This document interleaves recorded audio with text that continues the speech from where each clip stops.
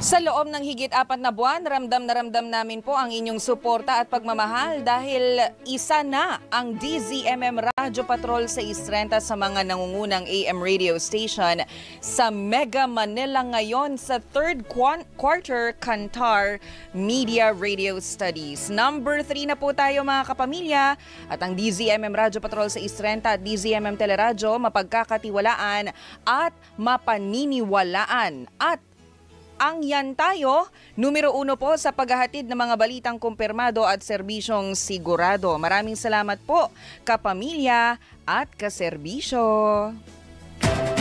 Luzon, Visayas, Mindanao. Bagong Pilipinas. Kalusugan ng bawat Pilipino ang ating babantayan. Dala ang bagong sigla. Inihahandog ng DZMM at ng Department of Health ang programang Una ang Kalusugan ng Mamamayan. Sa Bagong Pilipinas, bawat buhay mahalaga. Sa Bagong Pilipinas, ang bawat Pilipino pinasigla. Pinasigla sa DZMM.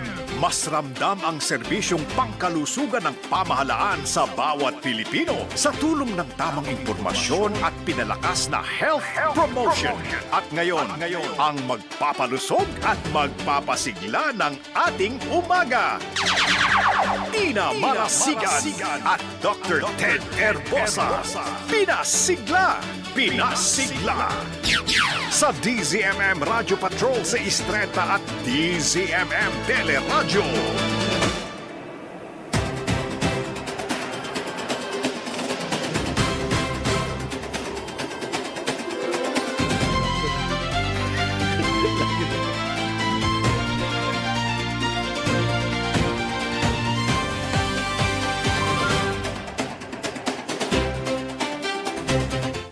Isang masiglang umaga, Luzon, Visayas, Mindanao, Bagong Pilipinas. Ngayon po ay unang Sabado sa buwan ng Nobyembre 2025. Kay bilis ng panahon.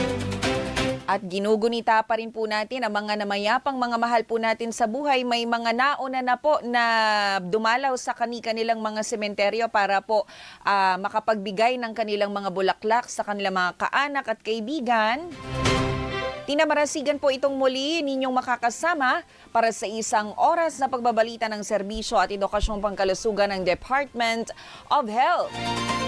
54 days before Christmas! Yes! Ako naman po, si Dr. Ted Herbosa. Pasisiglayin natin ang inyong kalusugan dahil sa Bagong Pilipinas, bawat buhay mahalaga.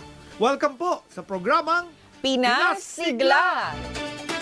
14,000 strong YouTube followers ang nanonood sa atin. 14,000 po. Live na live po tayo ngayon sa YouTube, Facebook at iba't ibang mga social media platforms ng DZMM.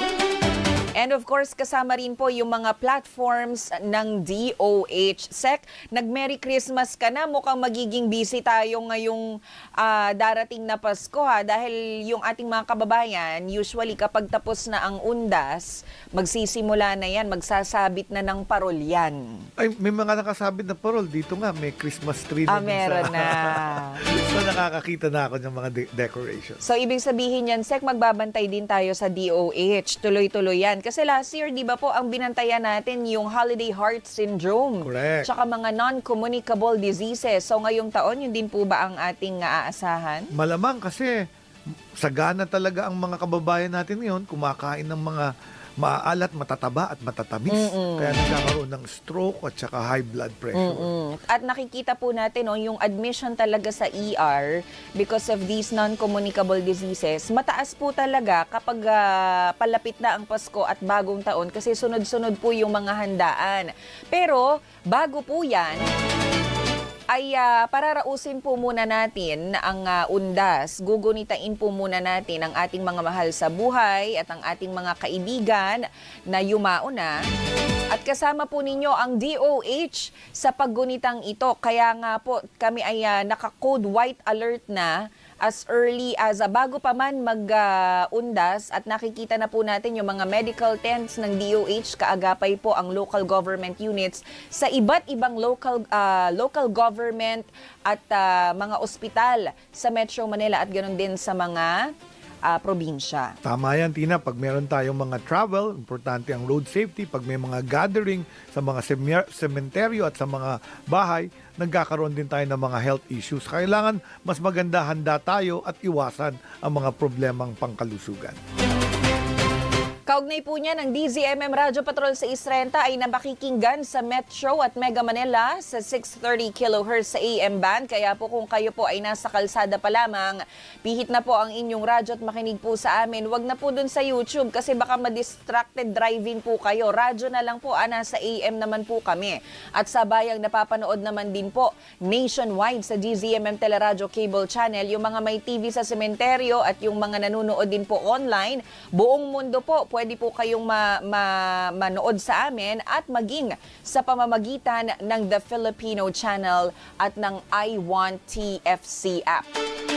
Napapanood din po kami sa PRTV Prime Media. Available po kami sa free-to-air digital TV at sa Channel 31 Signal TV, maging sa DZMM, Teleradyo YouTube at Facebook account. At kung meron po kayong mga mensahe, katanungan o may nais po na idulog na problema, kung kayo po ay nakakaramdam ng hilo dyan sa sementeryo, ipadala nyo po yung inyong mga mensahe sa DZMM. Nandito po yung ating expert sa emergency, ang ating emergency doctor, none other than the Secretary himself, Secretary Ted Herbosa. Padala nyo po yan sa amin sa DZMM Teleradyo social media accounts. Mag-chat lamang po kayo, mag-comment po kayo. Pwede rin po kayo magpadala ng inyong mensahe sa aming Viber number. 0919-278-3000. O sa DZMM landline, kung meron po tayong pantawag, pwede pong tumawag 8924-4101, local 5671, 5672 at 5673. Bibilisan natin ang ating pagbabalita. Ipapasok na po natin ito dahil yung ating mga kasamahan mula sa DOH ay nariyan po sa iba't ibang mga live points. Dalawa po sa mga DOH hospitals. Papakita po natin ang paghahanda kaugnay po ng pagdagsa ng ating mga kababayan sa iba't ibang mga sementeryo. Ganon din po yung ating pagbabantay, kaagapay ang local government units sa dalawang malalaking sementeryo dito sa Metro Manila, ang Manila North Cemetery at South Cemetery. Kaya pasok na natin ang Balitaang Kalusugan. Mahalagang impormasyon at kaalaman dito lang sa Balitang Kalusugan. Balitang Kalusugan.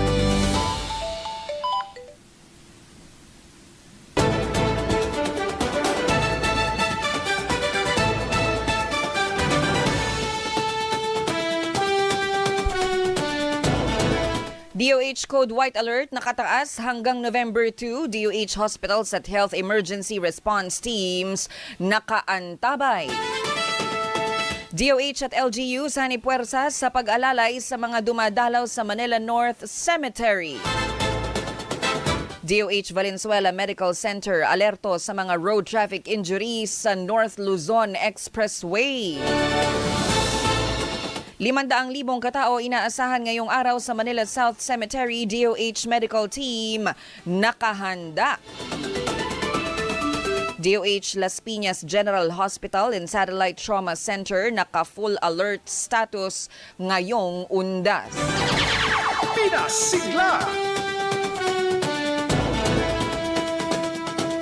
Sa ulo po ng mga balitang kalusugan, hanggang 2 ng Nobyembre, nakataas ang Code White Alert sa lahat ng mga DOH Hospital, Central at Regional Offices sa buong bansa. Matatandaang inactivate ito bago pa mag-undas, October 31.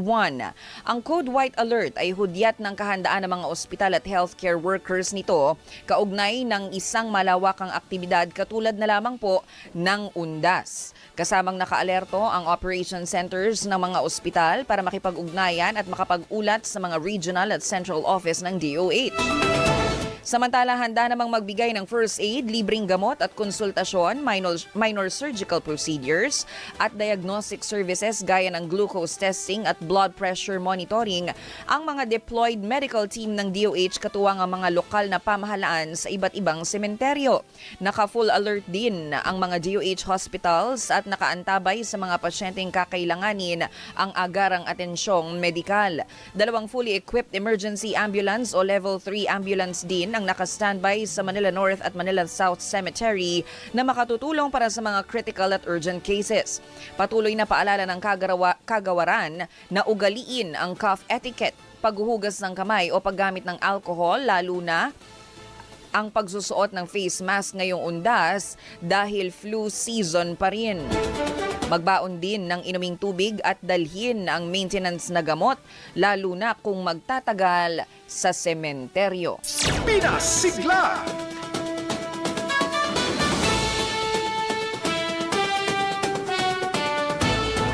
Samantala sa pagpapatuloy ng ating pagbabalita, puntahan po natin live DOH at LGU Sani Puwersa sa pag-alalay sa mga dumadalaw sa Manila North Cemetery. Mapapakinggan po natin ang live report ni Krisha May